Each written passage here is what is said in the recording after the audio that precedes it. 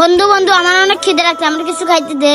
বন্ধু আগে নামাজটা পড়ে নে, তাহলে আল্লাহ তোর খাবারের ব্যবস্থা করে দিবে। আচ্ছা ঠিক আছে বন্ধু।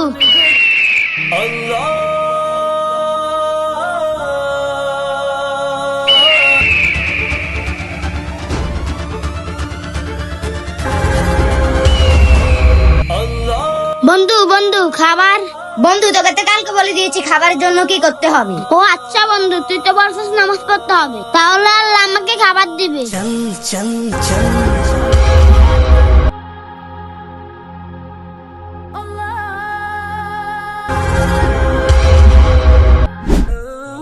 বন্ধু আজকে অনেক ক্ষুধা লাগছে।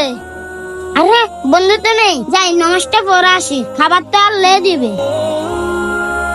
বন্ধু আজকের খাবারটা অনেক মজার ছিল। আরে অনেক মজার মানি?